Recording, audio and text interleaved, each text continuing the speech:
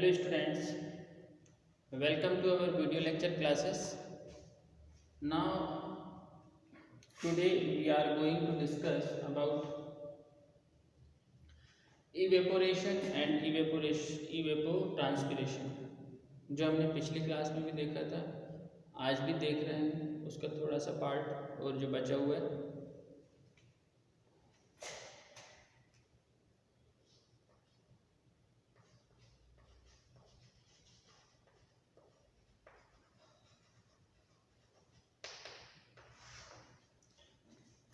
तो इवेपोरेशन हमने देखा था कि वाटर जो सरफेस को हम अगर प्लेन एज्यूम करें वाटर सरफेस को, ठीक है, और हम इसमें हीट एनर्जी वाटर को प्रोवाइड करें,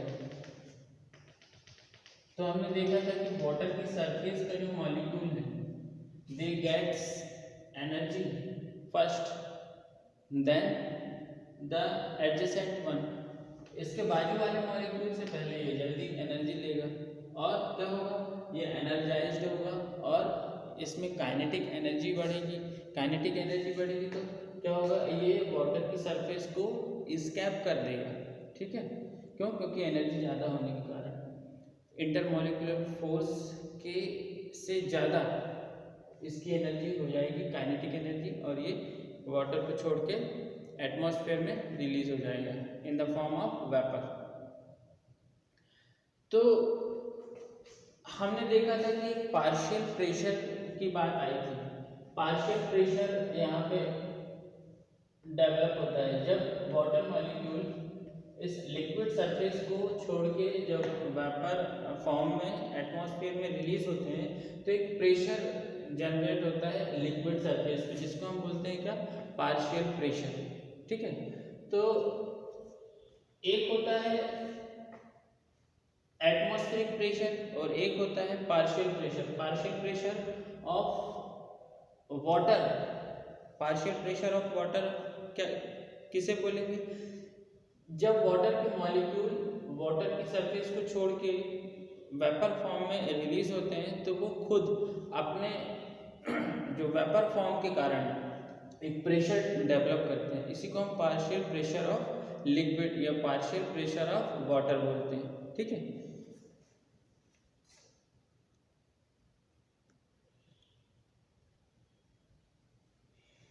एक्चुअली में जो इवेपोरेशन की प्रोसेस होती है वो एक्चुअली में कूलिंग प्रोसेस होती है, ठीक है। कूलिंग प्रोसेस क्यों? क्योंकि जब एक्सटर्नल सोर्स से एनर्जी मिलना बंद हो जाती है तो ये अपनी एनर्जी का यूज़ करता है, जिसको हम क्या बोलते हैं, लेटेंट हीट ऑफ वेपोराइजेशन। और जब अपनी हीट का अपनी एनर्जी का खुद की एनर्जी का यूज़ करेगा तो ये क्या होने लग जाएंगे, कूल होने लग जाएंगे वाटर मॉलिक्यूल। क्यों होने लग जाएंगे? क्यों? क्योंकि एनर्जी वेपोरेशन के वाटर को वेपोराइज करने में काम आ रही है, तो इसकी एनर्जी कम होने लग जाएगी, और एनर्जी कम होने लग जाएगी तो वाटर कूल होने लग जाएगा, जैसे मैंने स्वेटिंग का एग्जांपल दिया था आपको नेक्स्ट क्लास में, प्रीवियस क्लास में। तो ये फंडा है। तो जो out of the total atmospheric pressure on the free surface there will be some contribution by the vapour molecule present there, ठीक है। This partial pressure exerted by the vapour is called vapour pressure. और यहाँ पे जो मैंने बताया कि partial pressure कैसे डेवलप हो रहा है, इस पार्शियल प्रेशर को हम क्या बोलते हैं, वेपर प्रेशर बोलते हैं, ठीक है। ये कंटिन्यू होता है, continued supply of heat energy causes accumulation of more and more vapour molecule. जैसे जैसे हम ज़्यादा से ज़्यादा हीट एनर्जीज को प्रोवाइड करेंगे वैसे वैसे वाटर मॉलिक्यूल वाटर की सरफेस को छोड़ के बाहर आते जाएंगे in the form of vapour, और क्या होगा, वैसे वैसे वेपर का जो प्रेशर है वो बढ़ते जाएगा कंटिन्यूसली बढ़ते जाएगा। And stage comes when the gaseous medium can saturate the atmospheric vapour. एक समय ऐसा आएगा कि जब ये वाटर मॉलिक्यूल जो होते हैं, ठीक है, क्योंकि एयर जो होती है, ये जो एयर है, एयर की टेंडेंसी होती है कि वो अपने अंदर कितनी वाटर वेपर रख सकता है, ठीक है।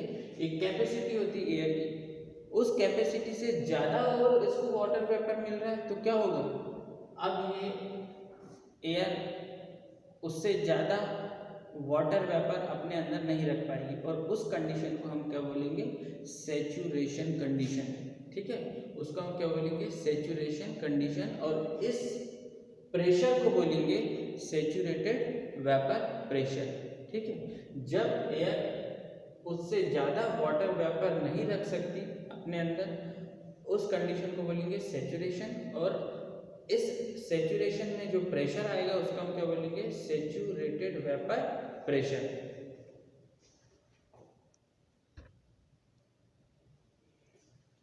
पर फिर भी हम नहीं मान रहे, हम वेपोराइजेशन करवा ही रहे हैं, एयर सैचुरेट हो गई है, पर फिर भी हम मान नहीं रहे हैं, हम तो दिए जा रहे हैं हीट एनर्जी इस वाटर बॉडी को। ठीक है, तो क्या होगा, वाटर बॉडी से तो वेपर निकलना बंद होगा ही नहीं और ये एयर में जाके जाएगा। बट अब एयर की कैपेसिटी हो गई है खत्म कि वो अपने अंदर वाटर के मॉलिक्यूल को रख सके या वेपर के मॉलिक्यूल को रख सके। तो क्या होगा, अब कंडेंसेशन स्टार्ट होगा।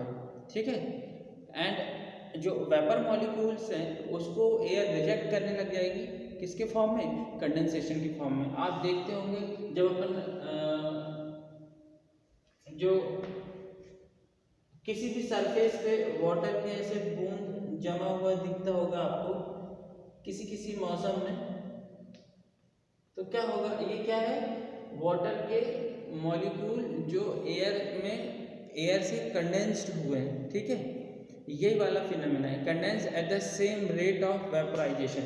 जिस रेट से वेपोराइजेशन होगा उसी रेट से एयर भी कंडेंसेशन करने लगेगी। यहाँ मतलब वेपोराइजेशन और कंडेंसेशन का रेट जो है वो इक्वल हो जाएगा। ठीक है, क्यों, क्योंकि सैचुरेशन आ गया इस पर।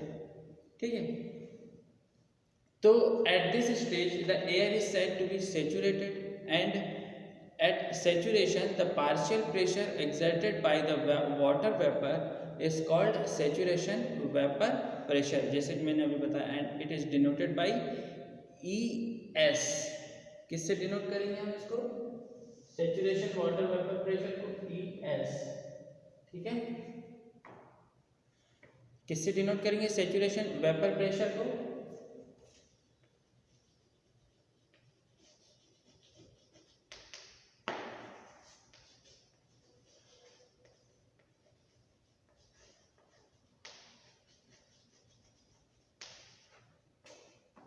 ES। ठीक है, सैचुरेशन वेपर प्रेशर है हमारा, विच इंक्रीजेस विथ टेम्परेचर। ये सैचुरेशन वेपर प्रेशर कैसे इंक्रीज हो सकता है, यदि हम एयर का टेम्परेचर बढ़ा दें। एयर का टेम्परेचर यदि बढ़ा देंगे तो इसके अंदर फिर कैपेसिटी बढ़ जाएगी अपने अंदर वाटर मॉलिक्यूल या वेपर मॉलिक्यूल को रखने की, होल्ड करने की। ठीक है, तो टेम्परेचर के साथ ये ES बढ़ सकता है। Thus, if the vapor pressure of air above the free surface of water is already equal to the saturation vapor pressure, neither evaporation nor condensation take place.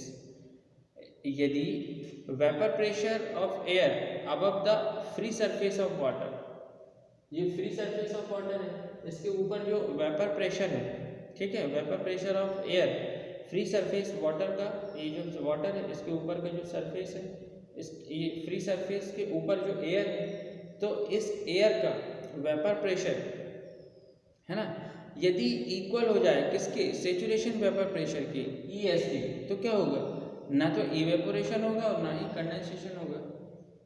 उस कंडीशन में बहुत इंस्टेंट कंडीशन होती है वो, ना तो यहाँ से हम वेपर को रिलीज कर पाएंगे और ना ही ये कंडेंस कर पाएगी एयर।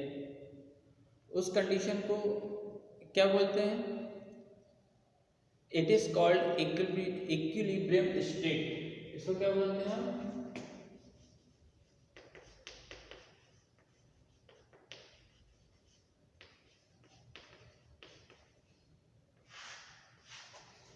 Equilibrium state. ठीक है, तो in practice such an equilibrium can never exist under natural condition of interest to hydrologist, मतलब ये ऐसी कंडीशन जो है वो व्यवहार में पॉसिबल नहीं है कि या तो हम इसको हीट दे रहे हैं और देते जा रहे हैं तो इससे इवेपोरेशन ना हो, और अगर इससे इवेपोरेशन हम करवा रहे हैं तो ऐसा हो नहीं सकता कि ये कंडेंस ना करे, क्योंकि एयर की भी अपनी एक कैपेसिटी है। ठीक है, because of atmosphere into which evaporation take place is finite and various transport process will also operate to transport the vapor in atmosphere both parallel and perpendicular to the liquid surface and prevents equilibrium from और मतलब equilibrium state को ये avoid करती है। ठीक है, equilibrium जो है स्टेट वो व्यवहार में पॉसिबल नहीं है, आप तो इतना ही जान लीजिए। ठीक है, नाउ इट कैन बी, कई लोग बोलते हैं कि that for evaporation to occur it is necessary, मतलब इवेपोरेशन बहुत ज़रूरी है होना व्यवहार में, मतलब वाटर बॉडी में या अपने एटमॉस्फेयर में। क्यों? क्योंकि हमें वाटर की सप्लाई भी चाहिए फिर। ठीक है, हाइड्रोलॉजिक साइकिल भी कंप्लीट होना चाहिए। तो जब तक इसका प्रेशर जनरेट नहीं होगा तो क्या होगा, वाटर एटमॉस्फेयर में रिलीज नहीं होगा। ठीक है, तो a source of heat source के लिए चाहिए vapour pressure deficient, that is difference between the saturated vapour pressure of water ES corresponding to water temperature and the actual vapor pressure of air above the free surface EA। इसको हम क्या बोलते हैं, EA actual vapour pressure above the free surface of water, और ES क्या है, saturation vapour pressure. जब कब, जब ये सैचुरेट हो गई, यहाँ की जो एयर है, यहाँ की जो एयर है वो सैचुरेट हो गई तब का वेपर प्रेशर और एयर का वेपर प्रेशर। तो डाल्टन एक साइंटिस्ट हुए जिन्होंने बताया कि जो इवेपोरेशन है, इवेपोरेशन को हमको मेजर करना है, तो E is equal to C E S minus EA। ठीक है, जो डाल्टन है एक साइंटिस्ट, उनके अकॉर्डिंग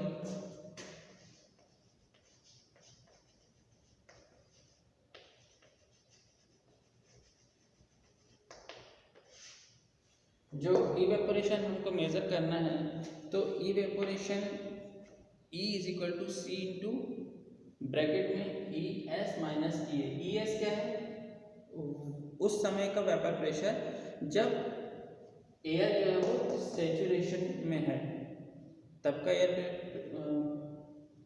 वेपर प्रेशर, और यहाँ पे इनिशियली जो एयर का वेपर प्रेशर है। ठीक है, EA मतलब actual vapour pressure of air above the free surface, जो एक्चुअल में वेपर प्रेशर था और सेचुरेशन के बाद वेपर प्रेशर ES। तो जब न्यूमेरिकल इसका भी करेंगे तब और अच्छे से क्लियर हो जाएगा। ठीक है,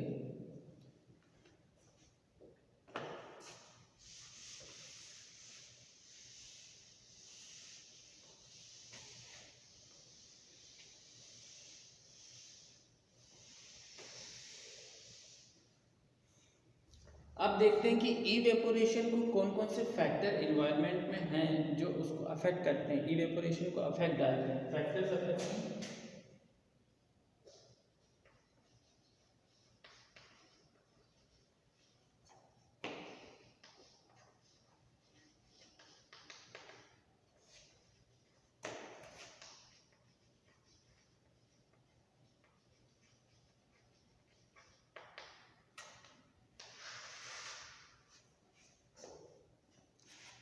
कौन कौन से फैक्टर हैं जो इवेपोरेशन का इफेक्ट डालते हैं।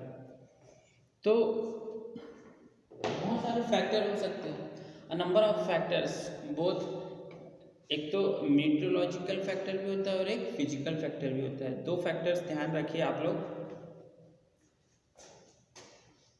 एक तो फिजिकल फैक्टर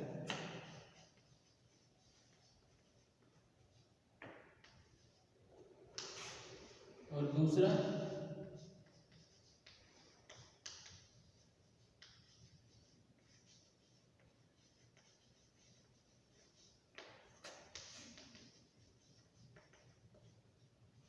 एक फिजिकल फैक्टर और दूसरा होता है क्या, मेटीरियोलॉजिकल फैक्टर।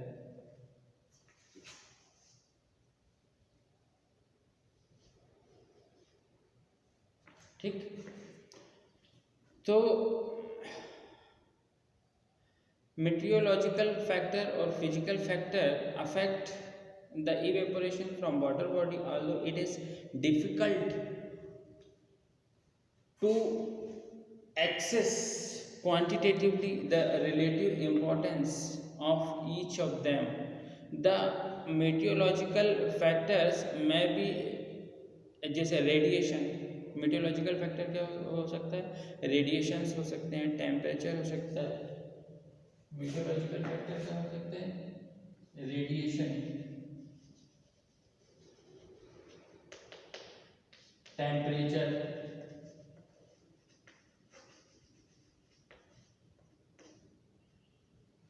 और क्या हो सकता है, ह्यूमिडिटी,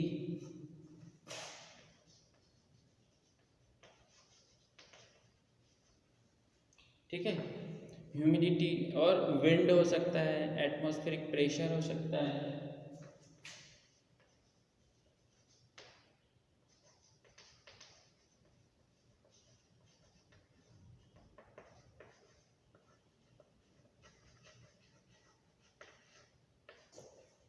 तो इतने सारे ये सब मीटरोलॉजिकल फैक्टर है। अब फिजिकल फैक्टर में क्या आ सकता है, फिजिकल फैक्टर, फिजिकल मीन्स यही लेंथ, शेप, साइज, है ना, वाटर क्वालिटी। तो फिजिकल फैक्टर यहाँ पे लिख दे रहा हूँ।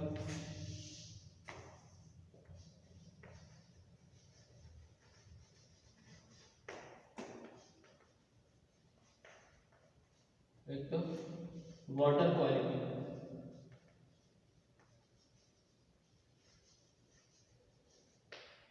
वाटर क्वालिटी पे भी डिपेंड करता है कि कितना इवेपोरेशन हो रहा है, ठीक है।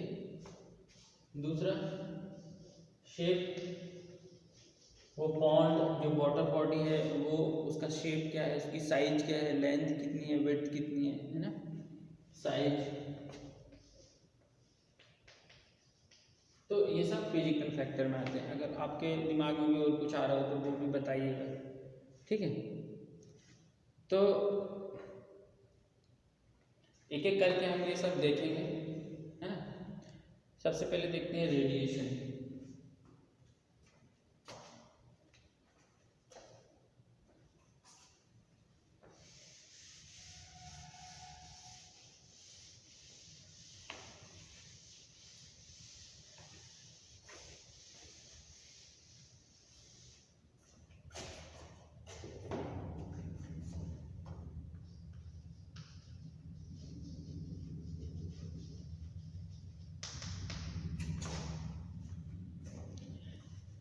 रेडिएशन का मतलब क्या समझते हो आप, जो अर्थ से, जो अर्थ पे, अर्थ सरफेस पे जो सूर्य की जो किरणें आ रही हैं, इलेक्ट्रोमैग्नेटिक वेव्स आ रही हैं, उसी को हम रेडिएशन बोलते हैं। उसके बाद में फिर एक तो ये जो है वो शॉर्ट वेव आ रही है, उसके बाद फिर लॉन्ग वेव कहाँ से, हमारे अर्थ से रेडिएट हो रही है। तो since the evaporation requires continuous supply of energy which is derived mainly from solar radiation, solar radiation से ही हमें एनर्जी मिलती है जिससे इवेपोरेशन होता है वाटर बॉडी में। The radiation will be a factor of considerable importance, बहुत ही ज़्यादा इंपॉर्टेंट है। अगर इवेपोरेशन हमें करवाना है तो रेडिएशन का बहुत ज़्यादा इंपॉर्टेंट रोल होता है। At a given place if the monthly evaporation depth and monthly solar radiation are plotted against the time in months, these two curves shows a very close relationship following the same trend in the regions near equator where the annual solar radiation is large and the amount of evaporation is also large। अगर equator है, अगर हम radiation की बात करते हैं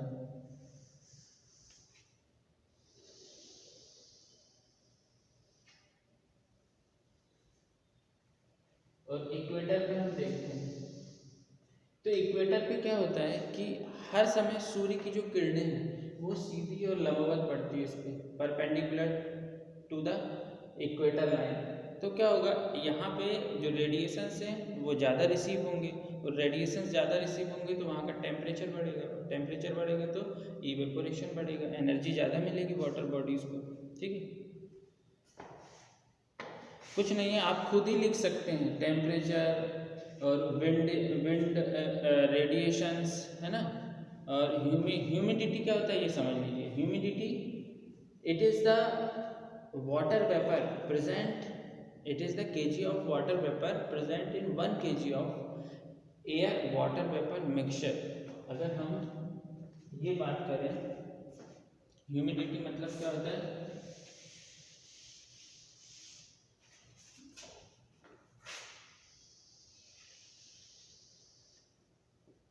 ये 1 kg air है,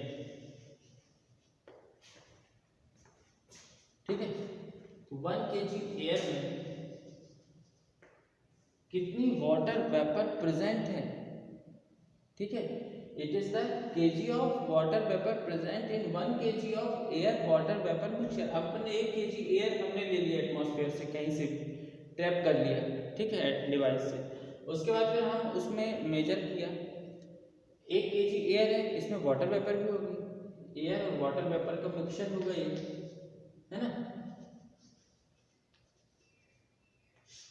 तो अब इसमें देखना है कि इस मिक्सचर में वेपर कितना है,